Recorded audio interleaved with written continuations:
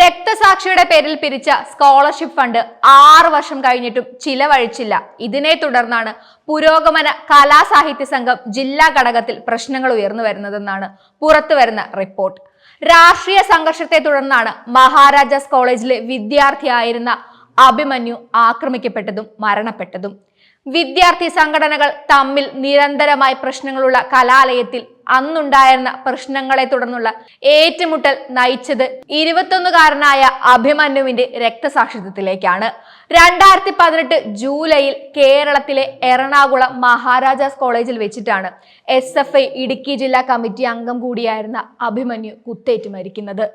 സംഭവത്തിന്റെ വിശദാംശങ്ങളിലേക്ക് വരികയാണെങ്കിൽ 2018 ജൂലൈ 1 രാത്രി 8:45 മഹാരാജാസ് കോളേജിന്റെ അങ്കണത്തിൽ SFI ഇടുക്കി ജില്ലാ കമ്മിറ്റി അംഗം കൂടിയായ അഭിമന്യു പോപ്പുലർ ഫ്രണ്ട് ഓഫ് ഇന്ത്യയുടെ വിദ്യാർത്ഥി വിഭാഗമായ ക്യാമ്പസ് ഫ്രണ്ട് ഓഫ് ഇന്ത്യയുമായി ബന്ധപ്പെട്ട പ്രവർത്തകരുടെ കുത്തേറ്റ് മരിക്കുന്നത്.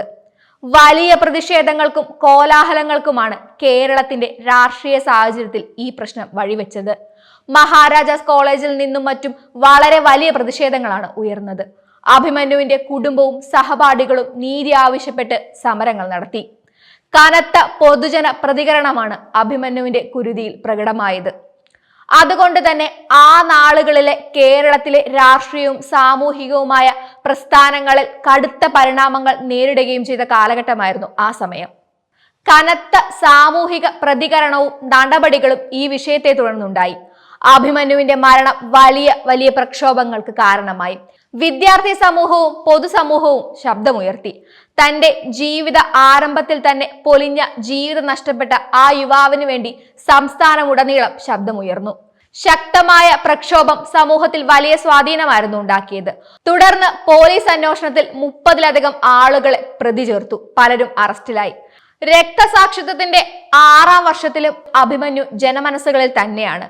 അഭിമന്യുവിന്റെ മരണത്തെ തുടർന്ന് പിന്നീടുള്ള വർഷങ്ങളിൽ നിരന്തരമായ വിവാദങ്ങൾ ഉണ്ടായിട്ടുണ്ട്. അവയിൽ ചിലത് ഇതൊക്കെയാണ്. അന്വേഷണത്തെ ചുറ്റിപ്പറ്റി കുറെ ആരോപണങ്ങൾ ഉയർന്നിരുന്നു. പ്രത്യേകിച്ചും കുറ്റവാളികളെ പിടികൂടാൻ വൈകിയത്, ചില തെളിവുകൾ സംരക്ഷിക്കുന്നതിൽ വീഴ്ച ഉണ്ടായതും വലിയ വിവാദമായി ഉയർന്നിരുന്നു. അഭിമന്യുവിന്റെ കുടുംബത്തിന് നൽകിയ സാമ്പത്തിക സഹായവുമായി ബന്ധപ്പെട്ടും ചില രാഷ്ട്രീയ പാർട്ടികളുടെ ഇടപെടലുകളെ ചുറ്റിപ്പറ്റിയും വിവാദമുണ്ടായിരുന്നു. രക്തസാക്ഷിത്വം ചിലർ രാഷ്ട്രീയ ലക്ഷ്യങ്ങൾക്ക് വേണ്ടി ഉപയോഗിച്ചു എന്നായിരുന്നു ആരോപണമുണ്ടായത്. കോടിക്കണക്കിന് രൂപയാണ് അഭിമന്യുവിന്റെ പേരിൽ പിരിച്ചെടുത്തത്. അത് ശരിയായ രീതിയിൽ വിനിയോഗിച്ചില്ല എന്നും വിവാദങ്ങൾ ഉണ്ടായിരുന്നു.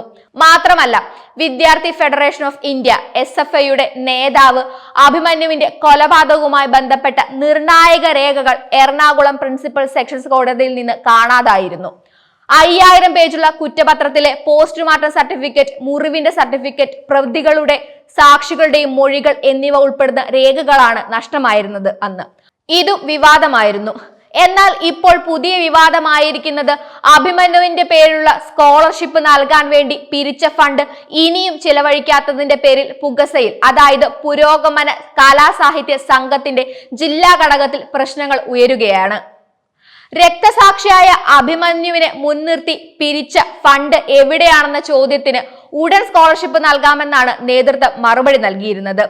അഭിമന്യുവിന്റെ മരണത്തെ തുടർന്ന് രസീത് പോലും നൽകാതെ നടത്തിയ പണപ്പിരിവിനെ കുറിച്ച് അന്വേഷിക്കണമെന്ന് ആവശ്യപ്പെട്ട് CPM പ്രാദേശിക നേതാക്കളും ജില്ലാ കമ്മിറ്റിയെ സമീപിച്ചിരുന്നു. അഭിമന്യുവിന്റെ രക്തസാക്ഷിത്വത്തിന് വലിയ രാഷ്ട്രീയ പ്രാധാന്യം ലഭിച്ചതോടെ മാനവീയം തെരുവിടം കൾച്ചർ കളക്ടീവിന്റെ നേതൃത്വത്തിൽ ഫണ്ട് പിരിവ് ആരംഭിച്ചിരുന്നു. അഭിമന്യുവിന്റെ പേരിൽ സ്കോളർഷിപ്പ് നൽകുമെന്ന പ്രചാരണത്തിന് വലിയ പ്രതികരണമാണ് അന്ന് കിട്ടിയിരുന്നത്. KN കുഞ്ഞഹമ്മദ് അടക്കമുള്ളവർ തങ്ങൾക്ക് ലഭിച്ച പുരസ്കാര തുകകൾ വരെ സ്കോളർഷിപ്പിന്റെ ഫണ്ടിലേക്ക് കൈമാറി നൽകിയിരുന്നു. 2018 തന്നെ പണപ്പിരിവ് നടത്തിയെങ്കിലും പണം ഇതുവരെയും ചിലവഴിച്ചിട്ടില്ല. 2022 ഒക്ടോബർ 10 3.5 ലക്ഷം രൂപ ഒരു വർഷത്തെ കാലാവധിയിൽ 6.25% പലിശയ്ക്ക് കേരള ബാങ്കിൽ നിക്ഷേപിച്ചത്. ആ തുക തിരിച്ചെടുക്കാതെ കിടക്കുമ്പോഴാണ് വിഷയം ഇങ്ങനെ പുകസയിൽ വിവാദം ഉണ്ടാക്കിയിരിക്കുന്നത്. എന്നാൽ 6 വർഷത്തിന് ശേഷം അഭിമന്യു സ്മാരക സ്കോളർഷിപ്പ് അടുത്ത വർഷം നൽകുമെന്നും വട്ടവടയിലെ അഭിമന്യു പഠിച്ച സ്കൂളിലെ പ്രഥമ അധ്യാപകനുമായി സ്കോളർഷിപ്പ് നൽകേണ്ട കുട്ടികളുടെ വിശദ വിവരങ്ങൾ സംബന്ധിച്ച ആശയവിനിമയം നടത്തിയിട്ടുണ്ടെന്നും ഭാരവാഹികൾ അറിയിച്ചിട്ടുണ്ട്. രക്തസാക്ഷികൾ മരിക്കാത്തത് ജനമനസ്സുകളിലാണ്. അഭിമന്യുവിന്റെ പേരിലുള്ള സ്കോളർഷിപ്പ് എത്രയും പെട്ടെന്ന് അർഹതപ്പെട്ടവരിലേക്ക് എത്തുമെന്ന് നമുക്കും പ്രതീക്ഷിക്കാം.